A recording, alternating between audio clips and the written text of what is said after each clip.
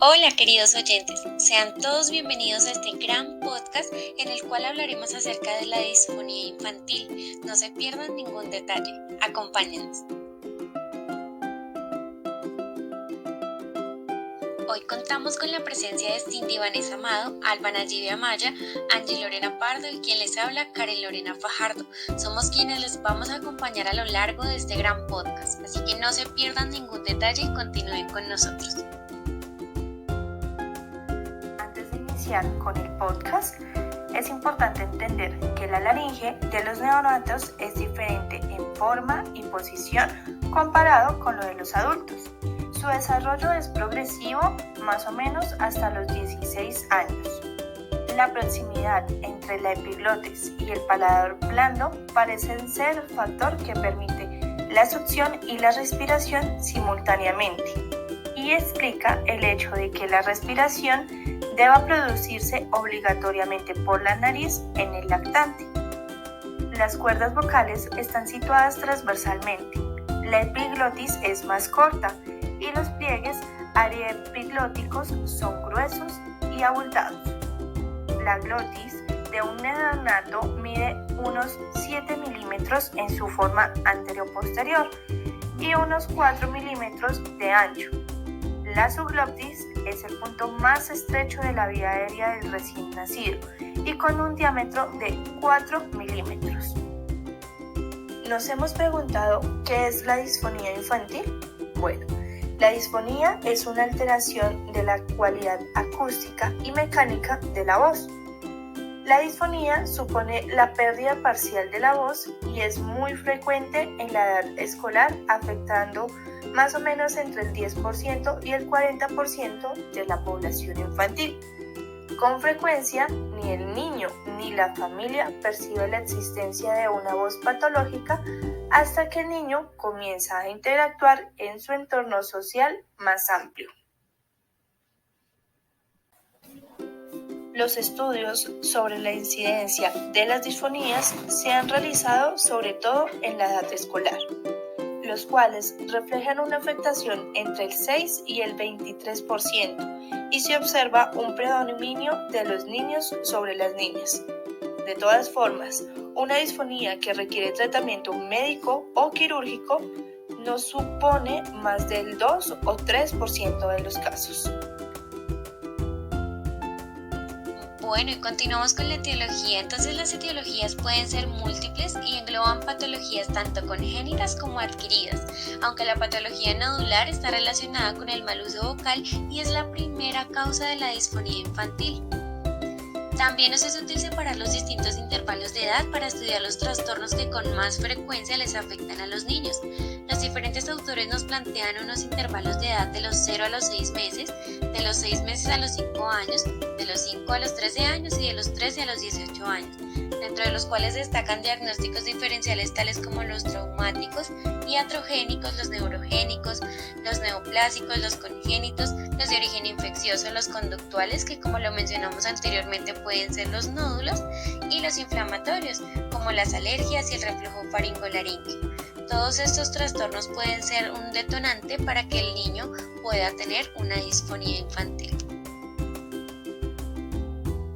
Ahora vamos a hablar acerca de los factores de riesgo de la disfonía infantil. Los autores nos plantean que estos se pueden clasificar en 3 grandes grupos. El primero es el de riesgo biofísico, dentro del cual encontramos la deficiencia en la higiene nasal y vocal, los ambientes con consumo de tabaco, las alergias respiratorias, los cambios hormonales, también gritar, forzar o cambiar la voz, hablar cogiendo peso o haciendo algún esfuerzo, respiración oral, el carraspeo, la risa excesiva, finalmente también la alimentación y la postura física. Dentro del segundo grupo es el de riesgo social o contextual y es allí donde encontramos ambientes que tengan exceso de ruido ambiental, que tengan un clima artificial, que tengan cambios bruscos de temperatura o ambientes poco ventilados en los cuales los niños también deben hacer un esfuerzo mayor en su voz. Finalmente, el tercer grupo es el de riesgo psicológico, en el cual el niño puede estar presentando un malestar a nivel personal, cansancio físico y mental, falta de sueño, descontrol emocional o también una vida agitada y llena de estrés. ¿Cómo evidenciar esos signos y síntomas? Primero, voz ronca y rasposa, dolencia o molestia frecuente en la garganta, intervalos de pérdida de voz, sobre todo cuando el menor trata de subir la intensidad o gritar, fatiga o falta de respiración cuando habla, voz monótona, voz temblorosa, episodios de afonía, variaciones en la intensidad, frecuente pérdida de agudos o sensación de falta de aire al fonar. Bueno, dentro de las características podemos decir que los problemas de la voz se suelen clasificar en alteraciones de la calidad vocal, del tono y de la intensidad.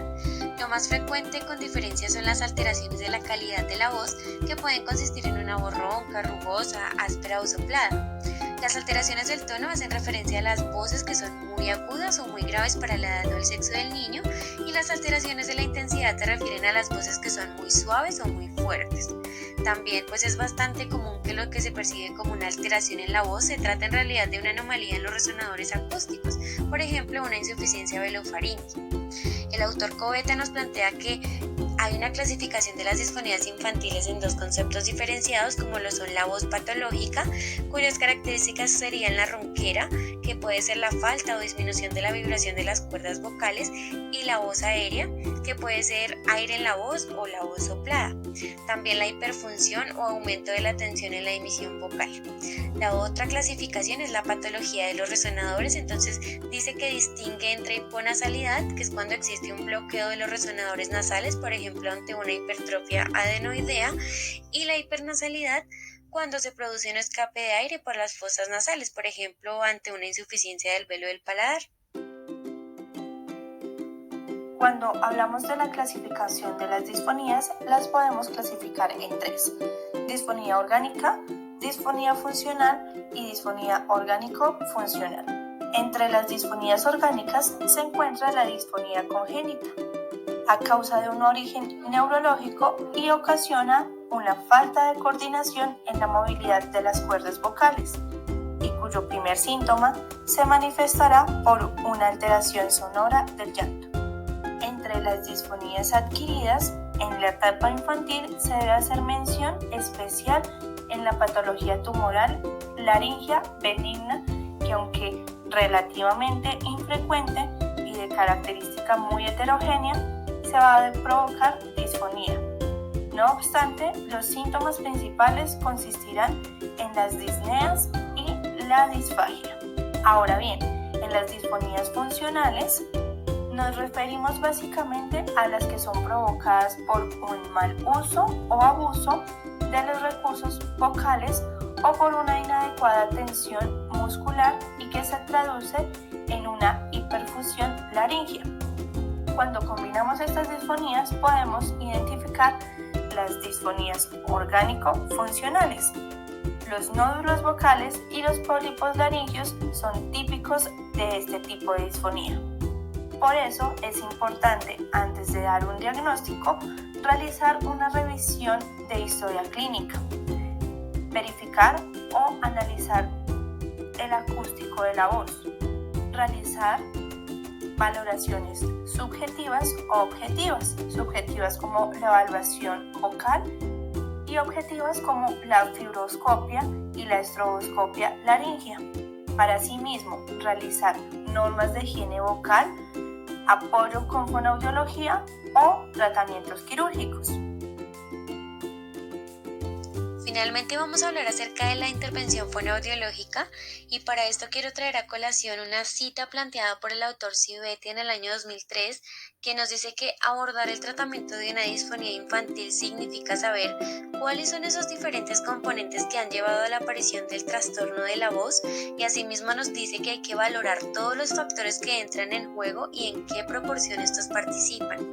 Entonces, dicho esto, podemos decir que el tratamiento de la disfonía infantil requiere un conocimiento adecuado de cada una de las etapas del desarrollo de las estructuras cordales y su maduración.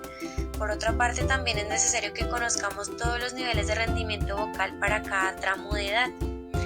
Algunas de las pautas o tips en la intervención es que estos pueden realizarse a través del juego y siguiendo las mismas pautas reeducativas que en una disfonía adulta, como por ejemplo la función respiratoria, la relajación y la proyección de la voz, siempre teniendo en cuenta que la planificación de la intervención debe ser un trabajo personalizado e individual para cada necesidad del paciente.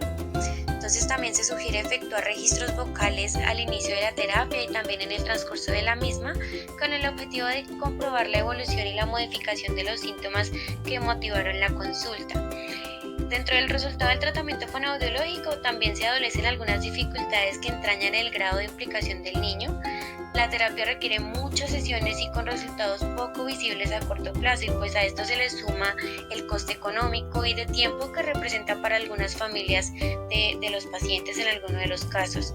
Finalmente, también recordar que para que el tratamiento sea efectivo se formará un equipo interdisciplinar en el que intervenga el otorrinolaringólogo, los padres, el profesor del aula si es el caso y finalmente pues nosotros los fonoaudiólogos.